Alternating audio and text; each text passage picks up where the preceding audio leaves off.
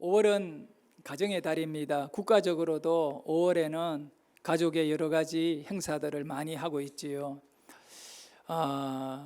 이 가정이라면 가장 이 출발이 부부거든, 부부. 예? 남편과 아내, 아내와 남편의 사랑, 그리고 하나됨. 예수 믿는 집사님 가정인데 부부 싸움을 했습니다. 그리고 서로 마음에 이 상처를 가지고 대화를 하지 않습니다. 아내는 2층 방에 올라가서 문을 걸어 잠그고 점심때가 지났는데 아이들에게 밥도 챙겨주지 않고 이제 저녁 시간이 가까이 다가오니 배고픈 아이들이 아마 초등학교 다니는 아이들인가 봐요. 스스로 해결하지 못하니까 아빠에게 가서 얘기합니다. 아빠가 엄마하고 싸워가지고 지금 이 지경이 되었으니 배고파 죽겠다고. 아빠가 책임지고 밥에가 먹이라고. 엄마는 2층에서 문을 열어주지도 않고 있다고. 이제 남편이 걱정이 되는 거예요. 애들을 자신이 뭐 안 먹는 거는 둘째고 애들은 먹여야 하잖아요. 그래서 남편이 한참 생각하다가 2층으로 올라갔습니다. 아내의 방문 앞에 서서 있다가 그 문을 두드립니다. 문을 두드리면서 크게 얘기합니다. 요한계시록 3장 20절 내가 문 밖에 서서 두드려 놓으니 누구든지 내 음성을 듣고 문을 열며 내가 그에게 들어가 그와 더불어 먹고 그는 나와 더불어 먹으리라. 밥 먹자 얘기입니다. 문 열고 나와 함께 밥 먹자. 방 안에서 가만히 아무 소리도 안 들렸습니다. 한참 뒤에 아내가 큰 소리로 말합니다.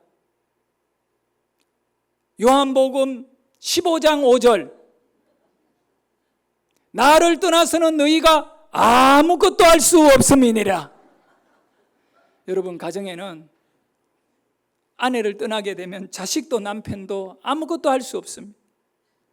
특별히 아내의 귀함, 어머니의 귀함을 되새겨 볼 수 있는 귀한 날이 되었으면 좋겠습니다. 여자가 얼마나 귀한지 몰라요. 애도 여자가 낳고 밥도 여자가 하고요. 사실 남자는 별 것 없습니다. 여자가 귀한 사회가 아름다운 사회, 나이가 드니까 점점 여자에게 아부하게 됩니다. 용서해 주십시오. 제가 30대 목회를 할 때에는 굉장히 강한 남성 우울적인 면이 강했습니다. 그러나 이제는 그렇게 하다가는 늙어서 밥도 못 얻어먹겠다 라고 하는 그런 생각이 조금은 들기 시작했습니다. 오늘은 설교 제목이 위기를 기회로 만들자입니다.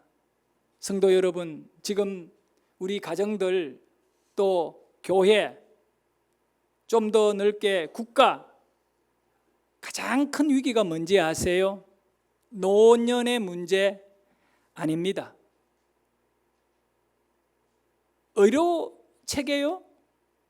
그것도 아닙니다. 우리 자녀들의 교육의 문제가 위기일까요? 위기라고 말합니다. 그것도 제가 오늘 여러분에게 얘기하고자 하는 것과는 비교할 수 없습니다. 지금 우리 사회적으로, 국가적으로, 교회적으로 미래의 얘기가 아니라 노인 문제는 미래의 얘기입니다. 교육 문제 미래의 얘기입니다. 현재의 문제는 두 가지가 겹쳐서 지금 우리 국가적으로, 교회적으로 실제 문제를 문제로 알아야 됩니다. 암이라고 하는 것은요, 조기에 발견하면 치료가 가능합니다. 그러나 암이 4기, 말기에 들어가 버리면 치료가 될 경우가 있겠지만 많은 경우 기회를 놓쳤기 때문에 살릴 사람을 살리지 못하는 너무 안타까운 일들이 있을 수가 있어요. 그와 같이 위기는 빨리 인식하고 그 위기를 발견하는 그 순간에 그것을 치료함으로 기회가 되는 그런 놀라운 반전의 역사가 있어야 할 줄 압니다. 그러면 제가 오늘 여러분에게 교회적으로 위기고 국가적으로 위기며 가정적으로 위기는 뭐냐? 바로 결혼과 출산의 문제입니다. 이것은 두 개가 하나이지만 또 다른 문제입니다. 우리 요즘 젊은이들이 30이 되고 40이 된 이 젊은이들이 결혼을 하지 않습니다. 그것을 가리켜 비결혼이라고 하는데, 혼자 사는 것을 너무나 편하게 여기고 익숙하게 여기는 지금 MZ 세대가 자기의 행복을 결혼을 통하여 포기할 수 없다고 하는, 우리가 과거에는 결혼은 가정의 행복이고 부모에게 행복이고 본인에게 행복이라고 여겼던 이 부분이 무너져 내리고, 그런 결과로 인하여 위험스러운 사상과 생각이 사회 전반에 깔려 있습니다. 뭡니까? 결혼은 선택이라는 것입니다. 결혼을 해도 되고 하지 않아도 된다라고 하는 젊은이들 속에 그것이 이제 일반화가 되어 있습니다. 옛날에 제가 청년일 때에는 결혼이 선택이라고 하는 것으로는 도저히 이해가 안 됐습니다. 결혼이 선택이 된 이상 우리의 젊은이들은 자기에게 유익이 무엇인가를 따져가면서 결혼을 하기도 하고 결혼을 하지도 않는 그런 일들이 비일비재하게 우리 주위에 지금 일어나고 있습니다. 또 한 가지는 결혼을 하더라도 아이를 잘 낳지 않습니다. 결혼은 했는데 아이 없이 살아가는 가정이 많이 있다는 겁니다. 어떤 건강의 문제라든가 또는 너무 나이가 들어 결혼해서 아이를 낳을 수 없는 입장은 문제가 될 것이 없지요. 어쩔 수 없으니. 불임의 문제, 하나님 외에 누가 해결하겠습니까? 이 문제를 얘기하는 것이 아닙니다. 제가 지금 여러분과 같이 현실을 좀 깨닫고 이걸 고쳐보자 하는 것은 뭐냐 하면, 아이를 낳을 수 있는 건강을 가진 이런 젊은 부부들이 아이를 낳게 되면 본인들의 시간과 삶이 어떻게 보면 희생당한다고 하는 그런 생각들 때문에 자녀를 낳는 것을 선택하느냐 마느냐 하는 자신들의 기준 안에 선택이 되어버렸다는 겁니다. 여러분, 결혼도 선택이 되고 자녀 출산도 선택이 되어버린 이 시대는 위기의 시대입니다. 성경은 분명히 우리에게 말씀해 줍니다. 창세기 2장 24절에 보면 이렇게 말씀한, 읽어볼까요? 남자가 부모를 떠나 그의 아내와 합하여 둘이 한 몸을 이룰지로다. 아멘. 하나님은 아담에게, 하와에게 가장 먼저 명령하신 내용이 바로 결혼해라. 선택이 아닙니다. 아담이 결혼하고 싶어 한 거 아니에요. 하와가 결혼하려고 한 게 아니에요. 하나님의 명령입니다. 결혼은 선택이 아니라 사명입니다. 하나님은 명령하시지만 그 명령을 받은 하나님의 백성은 그 내용이 자신의 인생에 뭐가 된다고요? 사명이 되는 겁니다. 사명의 길은 기뻐도 가는 거고 힘들어도 가는 것입니다. 결혼을 통하여 가정을 지키고 자녀를 낳아 이렇게 하는 것은 오늘 우리가 읽었던 본문 말씀 창세기 1장 28절에 하나님께서 인간을 만든 이후에 인간을 향하여 첫 번째 주신 명령이고 축복입니다. 읽어볼까요? 하나님이 그들에게 복을 주시며 하나님이 그들에게 이르시되 생육하고 번성하여 땅에 충만하라. 땅을 정복하라. 바다의 물고기와 하늘의 새와 땅에 움직이는 모든 생물을 다스리라 하시니라. 아멘. 이 말씀을 통해서 정확하게 하나님께서 아담과 하와에게 뭐를 주셨다고요? 복을 주신 것입니다. 하나님은 인간에게 복을 주셔서 세상의 모든 것을 다 맡겨주신 것이요, 그거를 다스릴 수 있도록. 그러나 그 다스림 이전에 먼저 인간에게 주어진 복이 하나가 있습니다. 그것은 바로 생육하고 번성하고 땅에 충만하라. 여러분, 생육이 뭡니까? 자녀 출산인 것입니다. 하나님이 우리에게 준 가장 큰 복은 자녀의 출산입니다. 아이를 낳는 것입니다. 이 아이를 낳는 것을 포기하는 것은 하나님이 우리에게 주신 복을 내다 버리는 것이고 그 복을 가지지 않는 행동과 똑같다는 겁니다. 여러분 보세요. 번성을 하려면 여기에 번성은 바로 그 모든 인류의 번성을 말하고 땅에 충만한다는 것은 기업이 아니라 뭐 이런 사업이라든가 물질적이고 기술 문명이 그렇게 충만한 것이 아니거든요. 이거는 아주 철저하고 순수하게 인간의 삶을 다루는 것이죠. 사람들이 생육해야 되고 번성해야 되고 충만해야 한다라고 하는 이 말씀은 하나님의 명령입니다.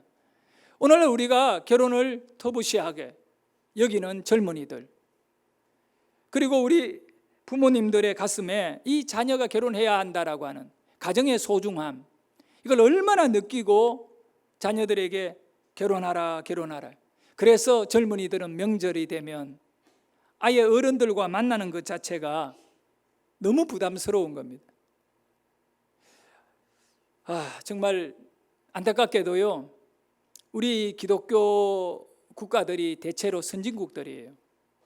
이 선진국의 특징이 뭐냐 하면 개인주의가 굉장히 굳어지고 개인의 행복을 중요하게 여기는 그런 경향이 있고, 두 번째는 선진국에는 이 출산이 줄 수밖에 없는 이유가 뭐냐면 경제 논리로 인생관이 만들어지는 경향이 아주 강합니다.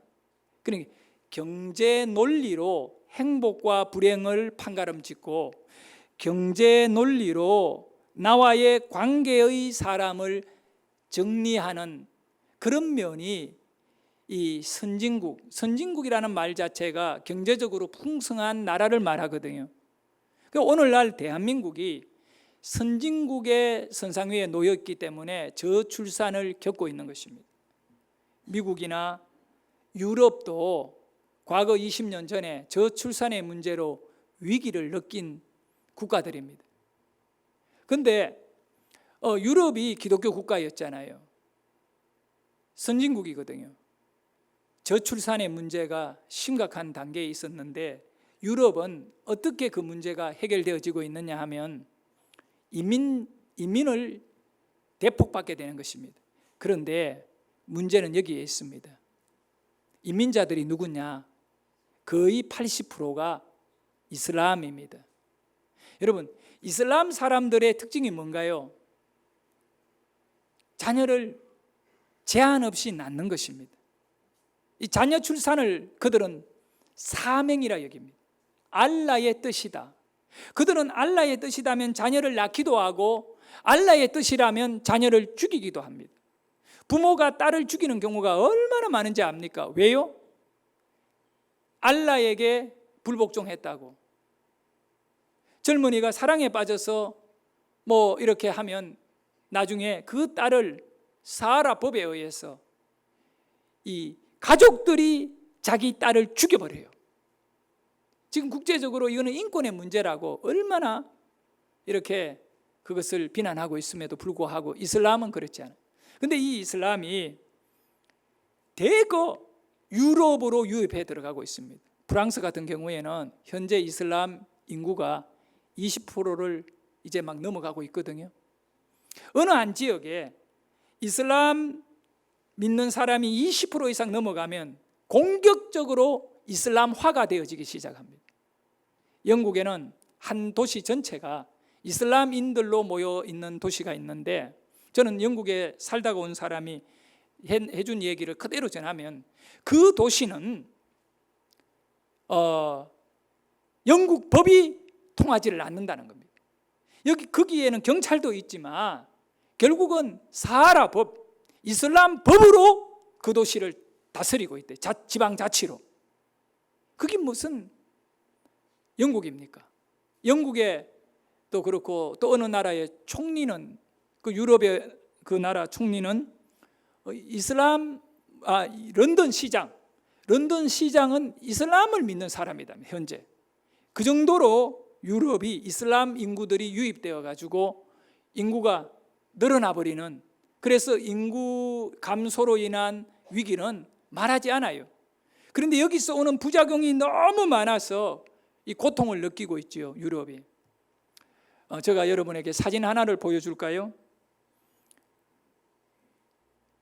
자, 여러분이 보시는 저 사진은 관광객들이 많이 찾는 곳이고요.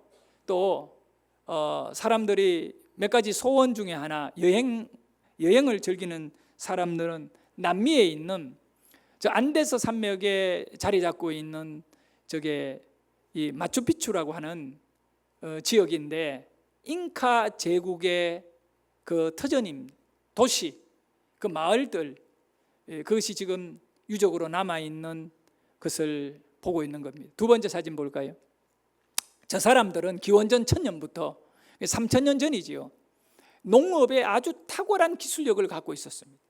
산을 깎아서 그 거친 그 산맥에 산을 깎아서 농작물을 재배하는데 옥수수, 감자, 뭐 여러 식물들을 당시에 이미 상당한 기술력을 갖고 종자 계량까지 그들은 이렇게 이루어낼 정도로 아주 농업에 정말 탁월한 기술을 가진, 그래 풍성하게 살 수 있는 대제국을 거느릴 수 있는 잉카 제국이었어요.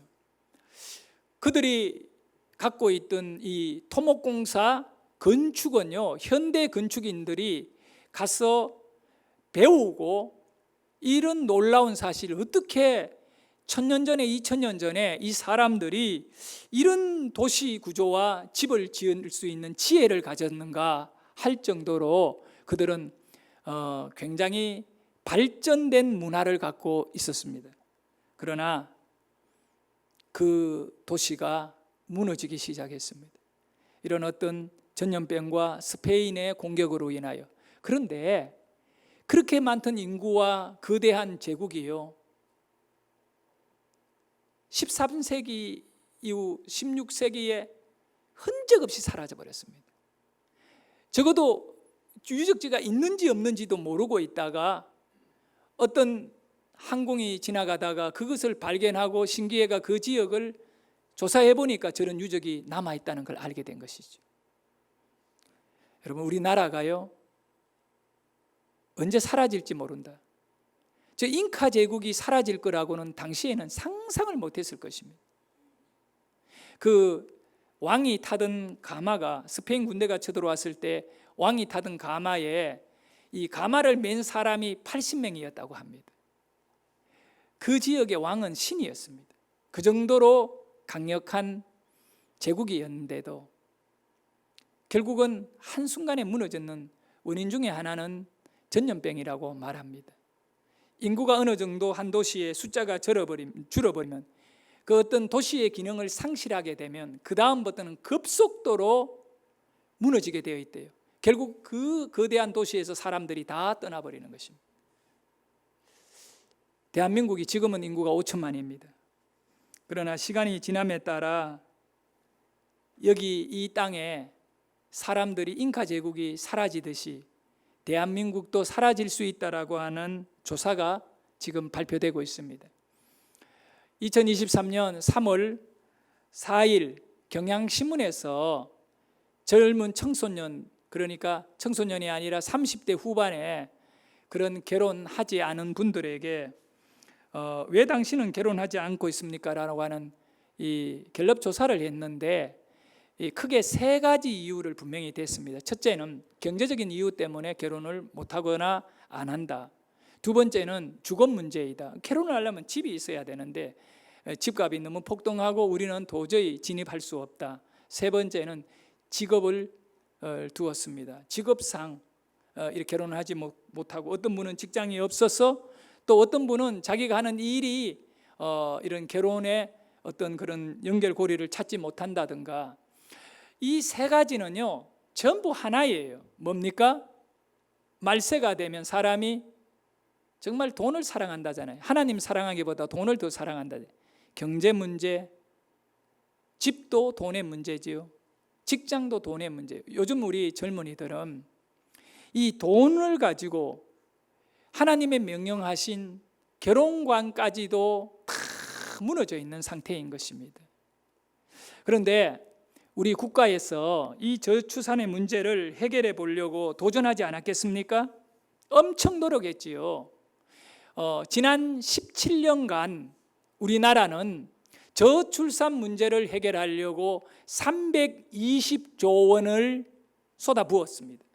그야말로 1년에 수십조 원을 넣어가지고 이 문제를 해결하려고, 아이를 낳게 만들고 결혼하지 않으려고 하는 젊은이들에게 결혼하도록 유도하고 그렇게 하는데, 그런 많은 돈을 쏟아붓고 있지만 어떻게 되고 있나요? 오히려 출산의 인구는 점점 줄고 있다는 겁니다. 지금 2022년도 작년의 통계에 의하면 우리나라의 출산 한번 볼까요? 가임 여성이 한 명당 0.78명밖에 되지 않는다는 겁니다. 이 중요한 것은 가임 여성이에요. 아이를 낳을 수 있는 여성 한 명당 0.78명밖에 낳지 않는다. 나이 드신 우리 권사님 빼고 가임 여성에, 그것도 결혼하여 아이를 낳아야 될 그런 단계에 있는 사람들만 뽑았을 때 0.78명입니다. 무조건 인구 감소 데이터입니다. 여러분, 그런데 우리만 아이를 낳지 않느냐? 일본도 유럽에도 다 이런 상태가 아니겠는가 생각하는데 절대 그렇지 않습니다.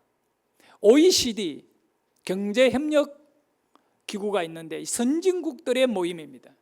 이 OECD의 평균 이 출산율이 어떻게 되느냐? 바로 1.59명입니다. 작년에. 우리는 0.78명이고 선진국들의 가임 여성 한 명당 1.57명을 낳는다는 것입니다. 여러분, 우리보다 훨씬 잘 사는 나라들도요, 최소한 한 명이, 가임 여성 한 명이 1.5명을 낳아요. 근데 우리 자식들은 한 명도 안 낳는 사람들이 20%가 넘는다는 거예요. 전 세계적으로 아이를 안 낳는 1등 나라의 5명을 우리 대한민국이 짊어지고 있어요. 그러면 이 데이터가 말하는 내용이 뭔가 미래를 한번 예측해 볼까요? 고령화 사회의 연금제도, 지금 40대, 30대, 50대가 연금을 받을 때 우리가 낸 연금을 제대로 받을 수 있을까 걱정을 많이 하고 있습니다. 2050년경 되면 연금이 하나도 없이 바닥난다. 걱정하지 마세요. 연금 걱정하지 마세요. 왜요? 연금 바닥나기 전에 국가 없어져 버려요. 데이터적으로. 지도를 한번 볼까요? 이거는 지금 우리 통계청에서 정확한 조사의 결과, 현재 출산과 또 이 가임 여성들의 어떤 그런 경향, 모든 것을 종합해서 만든 내용입니다. 색깔별로 소멸이라는 말은 국가 소멸을 말하는 거예요. 나라가 없어지는. 자, 2017년도에는 끄떡없습니다. 저 정도 괜찮습니다. 그런데 24년 뒤 2047년이 되면 멀지 않습니다. 47년이에요. 25년 뒤가 되면 약 25년이죠. 우리나라는 어떠냐? 소멸이 위기 어떻게 하냐? 위기 최고의 단계. 그냥 그 노란색이 뭐냐면 주의 단계. 뭐든지 위험하면 위험하다 가지 마라. 해결해라. 그 단계는 지금이고 지금 이 단계에서 벗어나게 되면 25년 지나면요, 초등학교 완전히 비어버립니다. 자, 내가 죽을 때쯤 되면, 내가 85세가 되면 연금을 받는 것보다 나라 없어지는 걸 걱정해야 돼. 군대 기능 없어집니다. 나라 지킬 젊은이가 없어요. 이런 어떤 이 학교에서 공부를 하고 기술을 배워가지고 그 기술이 계속적으로 국민들을 먹여 살릴 수 있는 일거리를 창출해야 되는데 늙은이들만 죽어가고 시골에 가면 사람 만나려면 차를 타고 30분 40분 가야 집 하나 만날 정도입니다. 자, 그런데 과연 나라가 그렇게 되겠습니까? 안 되겠지요. 안 된다고요. 그러면 어떻게 될까? 제가 생각하는 거로는 인민 정책이 앞으로 10년쯤 지나면 굉장히 활성화될 것입니다. 이민 정책. 지금 우리나라에 외국인들이 들어와 노동자로 있는 것이 약 100만 명이 넘는다고 합니다. 실제 이 거주하고 있는 사람들이 국가에서 허가낸 것은 몇십만 명이 아닌데 불법으로 체류해가지고 식당이나 뭐 여기저기 농장에 가면 엄청 많아요. 지금 우리나라요 불법 체류다 잡아가 출국 안 시켜요. 출국시키면 농촌에 농사를 못 짓는 겁니다. 공장을 못 돌립니다. 이제 그것을 합법화하면서 어떻게 하냐? 영주권을 줄 겁니다. 살 수 있도록 영주권을 받게 된다면 그들은 이 땅에 뿌리를 내릴 수 있습니다. 제가 많은 노동자들하고 물어봅니다. 한국이 좋아요? 당신 나라가 100명을 만났으면 100명이 한국이 좋다는 거예요. 바로 이 좋은 땅에 그 사람들이 살게 되는데 정말 안타까우면요, 노동자들의 60% 가까이가 이슬람 종교를 가졌습니다. 우리나라의 사람들은 한번 뭘 해버리면 세게 가는 사람. 그래서 기독교도 강력한 부흥을 일구어내고 나라를 이만큼 이렇게 세운 것입니다. 그런데 이 한국인의 기질에 이슬람을 받아들이게 되면 이슬람은 정말 센 교리를 갖고 있습니다. 그 이슬람에 빠지기가 힘들지 한 번 빠져버리면 완전히 헷가닥 해버리는 것이 이슬람이잖아요. 우리 한국 사람들이 이슬람을 믿게 되면 앞으로 이슬람 종교를 전파하는 일에 세계적인 열성 이슬람 선교사가 될 가능성이 높습니다. 저는 그것이 무섭습니다. 우리 자식들과 우리 자손들이 그 우상 하나님을 대적하는 이 마지막 때의 타락의 시대에 돈을 사랑하는 우리 자녀들로 결혼하지 않고 아이를 낳지 않음의 뿌리가 되어 이 망해버리는 이 땅, 저주의 그 땅이 되어버린다고 할 때 너무 가슴이 아픈 것입니다. 우리 총회가 지난 9월 달에 총대 1,500명이 모여가지고 이 헌의를 한 것입니다. 헌의는 백성이 그 옛날 임금에게 상소를 올리듯이 노회가 여러 노회가 총회에다가 지금 교회의 주일학교 아이들이 없어졌어요. 우리 규모가 되니까 유지하지 뭐 100명 모이는 이런 교회는 주일학교 아예 운영이 안 돼요. 그러니까 제발 아이를 좀 낳는 운동을 교회가 해야 된다고. 여러분 국가가 아이들이 주는데 교회가 아이들을 가질 수 있을까요? 국가 망하기 전에 교회가 먼저 망한다는 교회 문제예요. 그래서 그 내용을 헌의해가지고 총회가 전체가 5월 중으로 출산 장려주일, 생명존중주의를 만들어 우리 교단 전체 교회 성도들에게 아이를 낳자고 좀 이렇게 권면해라. 그래서 오늘은 출산 사명 독려주일입니다.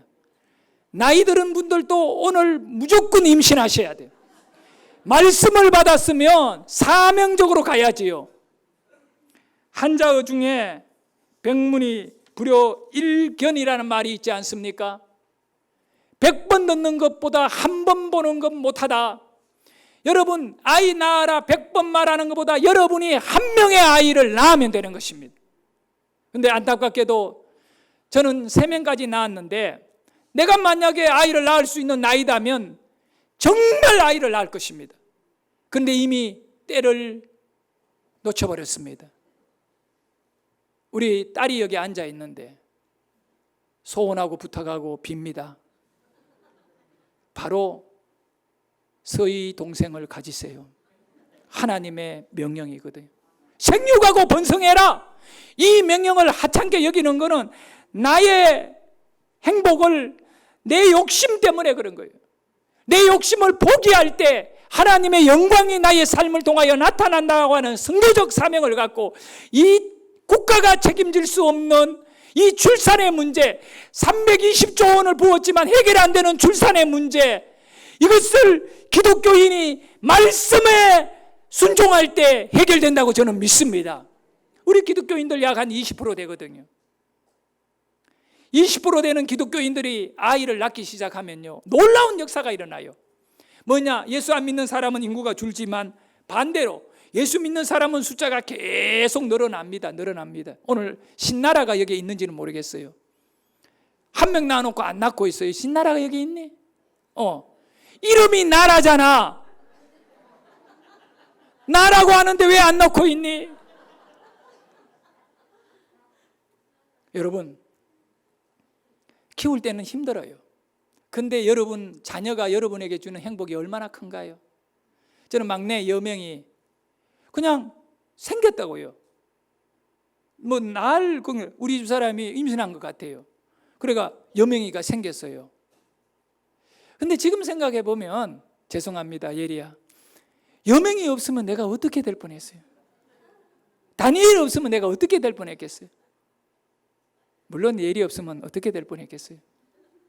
여러분, 지금 여러분에게 존재하지 않는, 우리 젊은이나 여러분의 아들, 딸에게 존재하지 않는 아이 낳으셔야 돼요. 낳으면 그 아이는 여러분에게 복입니다. 그거는 하나님이 선포하기를 복을 주셔 생육하고 번성하고 땅에 충만하라 라고 말씀하셨기 때문입니다. 자, 말씀을 마무리하겠습니다. 이 생육하고 번성하는 것은 창세기 9장 1절에 보면, 자 읽어봅니다. 하나님이 노아와 그 아들에게 복을 주시며 그들에게 이르시되 생육하고 번성하여 땅에 충만하라. 아멘. 자, 여러분, 이 노아의 사건은요, 인간이 죄를 지어가 물로 완전히 심판하고 끝난 것입니다. 근데 다시 이 인류에 남은 것은 한 가정, 노아의 가정밖에 없었어요. 노아의 가정에 주신 하나님이 복이 있어요.